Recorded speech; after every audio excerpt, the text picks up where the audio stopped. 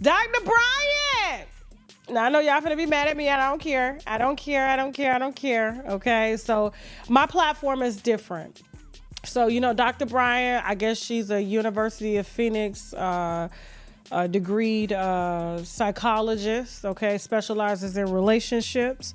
And so she's been making her rounds on different platforms, you know, giving advice to men that we've already known had issues. I mean, you know, narcissistic men, you know, Cam Newton, Nick Cannon. I mean, do we really need anybody to tell us that these men are, you know, just ain't shit, right? And so when it comes to relationships. And so, you know, she's been, like I said, doing her thing. I don't know if y'all, who's a part of TashaKLive.com? If you're a part of TashaKLive.com, disregard this because I want to kind of give some backstory here because I know a lot of y'all about to be, you know, irritated. Yeah, I just want to say, I think that she makes a valid point. Tasha K usually can go all out of this world, but I think that she makes a valid point. When you look at Nick Cannon, Cam Newton, the way that these guys move, I call it the Pookie mindset. I mean, we didn't need this lady to point it out. With this commentary here. So we received some firsthand information from a source that had a verbal altercation with Dr. Cheyenne Bryant, okay? And so this is when she was on Cam Newton's show. And I don't know if you remember, that was the first time like she had premiered in that form. Now I do know she's done television in the past, Teen Mom and things like that.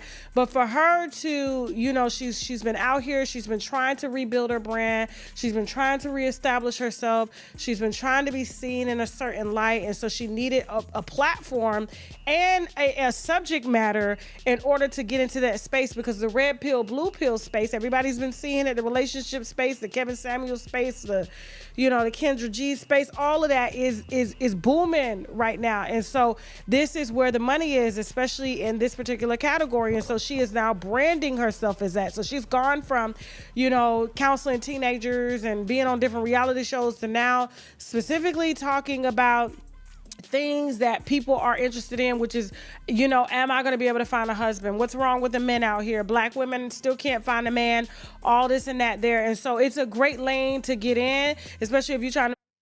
Now, it is kind of funny to when you really pay attention and you watch that a lot of these celebrities that aren't making money anywhere else, a lot of these people that aren't making anywhere else, they're going and they're shifting over into that relationship space. And Tasha K, she's right on that. Make some money, you're trying to really stick out, you're beautiful, you're marketable, because you have to be beautiful in order to sit on these platforms with these supposed high profile men. Okay, that's what y'all call them, high profile men, and really spit advice and drag them at the same time. And so she did that on Cam's show. Now with Cam Newton's show, he was doing her girlfriend a favor. So Cam Newton was best friends with Dr. Cheyenne Bryant's girlfriend. And so, like I said, Cheyenne's been trying to get into this relationship space and it hasn't been clicking. So she needed the perfect subject matter. So her girlfriend, and I'm talking about her girlfriend, yes, ended up getting her the gig. Cam booked her based off of his relationship with her girlfriend. Okay? And why is she pausing every time she says girlfriend? Oh my goodness. And did not expect for Dr. Cheyenne, after he gave her the platform, to turn around and try to diss him on his own platform. Okay? And so that happened. And so she put all Cam business out there and everything. He was like, whoa. So that's why there's long-standing beef. And Cam and his friend, which is her ex-girlfriend, are no longer friends. The whole bunch just broke up. So the girlfriend's no longer with Dr. Cheyenne. You know what I'm saying? Because she was like, what the hell are you doing? Like, you're ruining my relationship that I have. This is a business relationship. But she this is so messy. Yeah. Literally just stepped on everybody's back and just made her presence known and was like, I'm here, deal with it. If I gotta lose some pussy. The hell with it. I get more. There's a lot out here to get. Okay. And so, she's been out here pissing. What has this woman done to inquire the wrath of Tasha K? Oh my God. A lot of people off, and Cam specifically took it personal because he was like, you wouldn't even have this platform, you wouldn't be on the Breakfast Club, you wouldn't be doing all of this if it wasn't for me. And then Nick Cannon, of course, because he's just bleeding for validation. I could have told you, that's where narcissists need attention, they need validation, they need security, they need to be praised all the time. You know what I'm saying? So that's something you got to deal with. That's your insecurity. And like I said, I love Nick as a person, but like everybody's got flaws. You know what I'm saying? And so when you're constantly in need of attention, more attention than you give your children, that is a personal problem. I don't think you need a Dr. Cheyenne to tell you that, and she's telling you that from a place of because University of Phoenix don't give you that type of experience. It's only giving her credibility and notoriety because she's able to sit down with these high profile men and seem as if she's out here trying to save women, but she's really trying to save women from men so that women will now come to the other side. And I know, like I said, y'all finna drag me, but there is a lot of imposters out here that are walking amongst you that are... Bruh. Wow.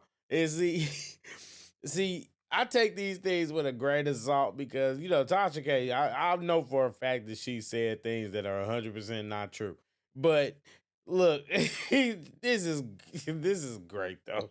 pretending that they sympathize with you, but they are preaching rhetoric that is only personal to them based off of their own experiences because men have done them wrong. She's beautiful, she's smart, she doesn't have a man, yet she's always doing these videos like this talking about this invisible man, but it's not. It's, what do you call the men in your community, Jasmine? Studs? Yeah. Okay, go ahead, Dr. Cheyenne. Go ahead, get the line, girl. Get the line. What are some questions that you feel are important to ask on a first date when you're like, okay, this is going a good direction? This is such an unpopular opinion, but when I said all the women tend to go, yes, sis, I feel the same way, but he said I was insecure. I always ask, how do you feel about your woman having your password to your phone or to your laptop and having full access? That's the first thing I want to know. Because again, being loved like this means we're orbiting. It means I have access. And I'm not allowing you to access my body if I can't access your shit. I'm not doing it. Pause. And so the thing about it is, like, that was good. Oh, I'm not allowing you to access my body if I can't access your shit. Nobody should access your body if you can't access their my chart. Fuck a phone. A phone. People, Negroes got more than one phone. Okay? And so, like, she's out here and she's preaching like this from the heart, using a very, very, very, very, very mindful, very demure attitude. But she's speaking from a hurt woman's place. And I don't need a psychology degree from the University of Phoenix like she got in order to kind of push this narrative or fit into a space just so I can make some money, because this is what people are after now. This is what people want to hear. They don't want to hear you yelling at teenagers no more on the Maury Povich show or on Teen Mom. Who cares? They fast-ass girl. So now she's trying to get into a space and she's trying to seem relevant. She's got her hair gelled down over her missing sides because of all the shit that men put her through. And now she's done with men and she's coming back and she's trying to basically educate men. And it looks like it's coming from a loving space, but it's coming from a very bitter, scorned space that I'm 40, no babies, I'm beautiful. And so now I've had to resort to eating just because y'all can't be the man that I feel that I need. So now I'm just gonna sell you. Hold on.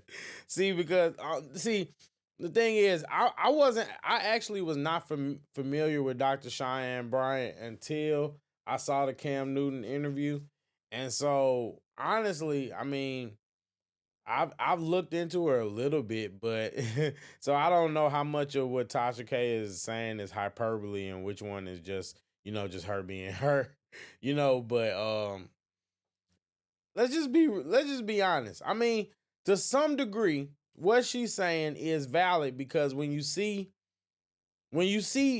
these women they do tend to go and they use and they grift off of the relationship space. And it can appear that a lot of these women are chameleons and women in disguise that really have ulterior motives. Is she one of those women? I can't say that for sure, honestly. I really can't. But it's just it is something to think about. I tend to know, or I tend to have learned that it's better just to not get your hopes up, if that makes sense. Yes, let's go. Let's finish up. Not, and I won't. Yes. And so that's the first question. And what are the answers? Oh, I've had some men be like, like password to my phone. Like, I just feel like, you know, if you're gonna trust me, then you trust me, and you don't need to have access. And in my personal experience, I go red flag womanizer. Red flag womanizer. And womanizer just means you got something going on. You're manipulative. No, it's not. No, it doesn't. No, it doesn't. You're not. No, I don't agree with that. Let me just say I don't agree with that. Just because a man doesn't want to give you his password in his phone does not mean he's a womanizer. There's a thing called personal space. There's a thing called boundaries. Giving context to this, like, how long have you known these people? Like, how long have you known these men? See, to me, this is based off of her past experience that she's selling you because love did not work out for her. Love did not work out for her. You getting a man's password does not tell you anything about that man at all. Red flag, whatever. It doesn't. Because you can refuse to give your password up, but does that mean you're cheating? Does that mean that you're untrustworthy? How about this? If you want to be intimate with me, let's go to the clinic, let's get fresh results. That's how you could tell if somebody really messed with you. But a password to a phone, this sounds like high school shit, but this y'all doctor from the University of Phoenix. Let's go ahead and let her push her trauma on y'all, okay? Y'all gonna sit up here and let an unmarried, babyless woman that don't even like me no more tell y'all what a man need to be. Go ahead. You got something that you're not transparent about. I am not into honesty. I'm into transparency. Yeah. Hold on. Wow, she went off. That's crazy. That's crazy. That's crazy. This is so messy. I want to have to ask you 15 questions to get you to be honest with me.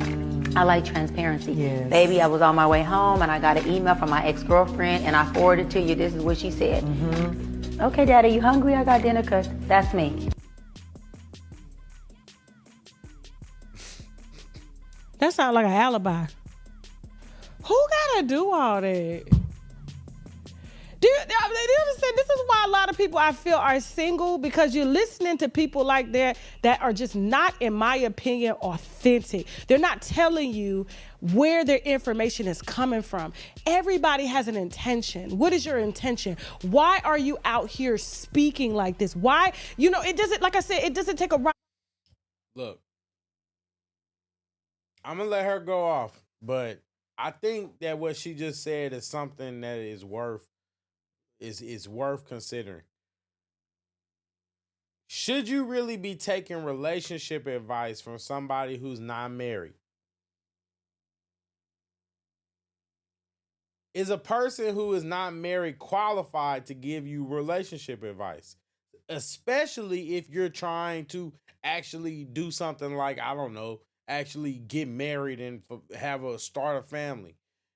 Is that person someone who's not married, who's self-admittedly walked away from several engagements? Is she really qualified to help? Is she qualified to be giving people advice on relationships? See, look, there's a thing. Everybody has an opinion. You know what I mean? Like, well, you know what the saying is about, back there in opinions.